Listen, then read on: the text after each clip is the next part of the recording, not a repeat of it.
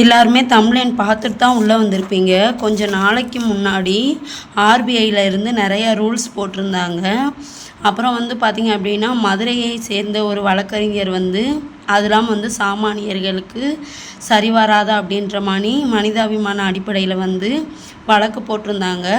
வழக்கு போட்டிருந்த நிலையில் இந்த ஆர்பிஐ ரூல்ஸ்லாம் வந்து பார்த்திங்க அப்படின்னா கொஞ்சம் வந்து இதெல்லாம் வந்து ஒர்க் அவுட் ஆகாது அப்படின்னு பின்வாங்கின மாதிரி இருந்துச்சு. அப்போது எல்லாருமே கொஞ்சம் பெருமூச்சு விடுற நிலமையில் இப்போ மறுபடியும் அக்டோபர் 1 பார்த்திங்க அப்படின்னா மறுபடியும் அதை வந்து அமல்படுத்தியிருக்காங்க. இது வந்து பார்த்திங்க அப்படின்னா நம்மள மாதிரி சாமானியர்களுக்கு தலையில் இடி அப்படின்னு தான் சொல்லலாம். என்னென்ன அப்படி கொண்டு வந்திருக்காங்க அப்படின்றத பார்க்கலாம். மறக்காமல் லைக் பண்ணிவிட்டு ஹைப் பண்ணிவிட்டு பாருங்கள் ஃப்ரெண்ட்ஸ். மறக்காமல் சப்ஸ்கிரைப் பண்ணிக்கோங்க. ஃபஸ்ட்டு வந்து பார்த்திங்க அப்படின்னா 75% நகைக்கான பணம் தான் கொடுக்கப்படும் அப்படின்றத போட்டிருக்காங்க.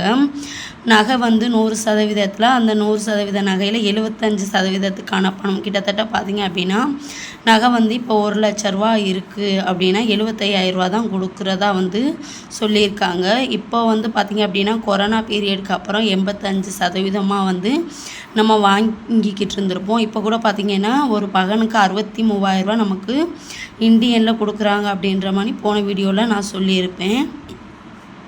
இப்போ 75% பணம் தான் கொடுக்கப்படும் அப்படின்ற மாதிரி சொல்லியிருக்காங்க. இது வந்து பார்த்திங்க அப்படின்னா கொசமட்டம், முத்தூட்டு, முத்தூட் ஃபின்கார்ஃபு இது எல்லாத்துக்கும் தனியார் நிதி நிறுவனத்துக்கும் இது வந்து பொருந்தும் அப்படின்றதையுமே சொல்லியிருக்காங்க.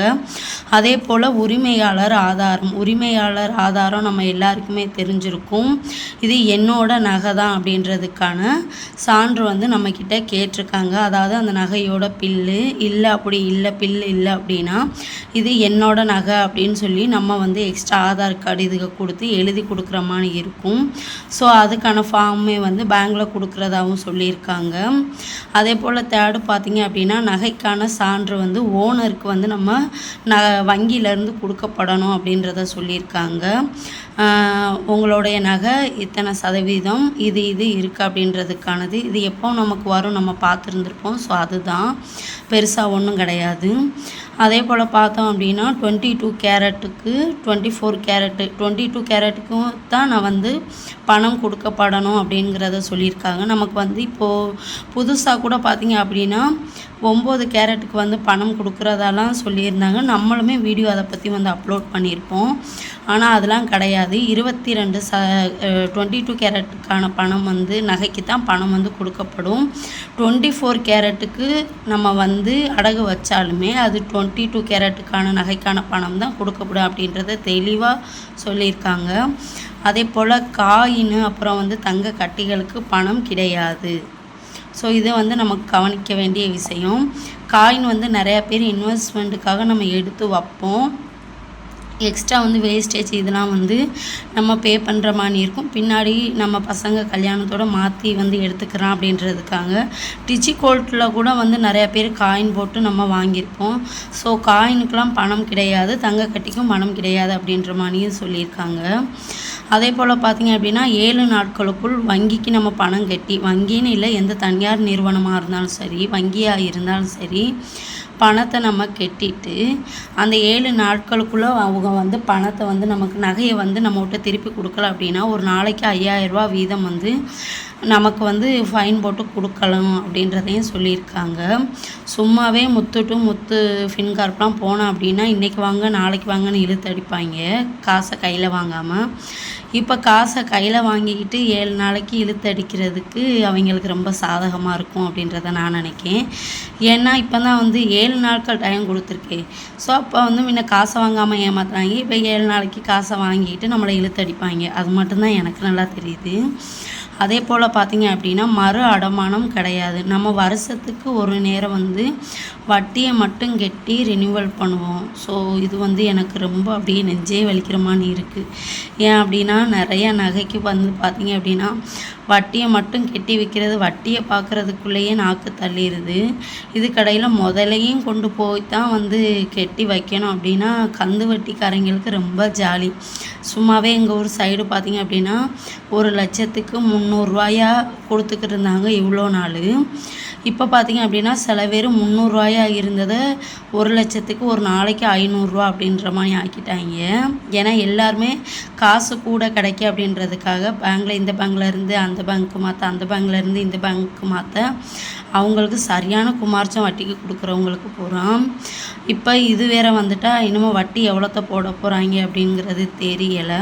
ஏன்னா வட்டியை மட்டும் கட்டி வைக்கிறதா இருந்தால் கூட நம்ம எப்படினாலும் பார்த்துடலாம். இது வந்து சாத்தியமே கிடையாது.